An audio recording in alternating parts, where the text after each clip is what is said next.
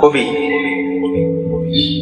সুনীল গঙ্গোপাধ্যায়ের একটি বিখ্যাত কবিতা, জন্ম হয় না, মৃত্যু হয় না।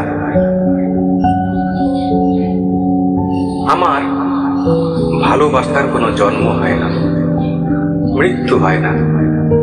কেননা আমি অন্যরকম ভালোবাসার হের হয় না শরীরে নিয়ে জন্মেছিলাম।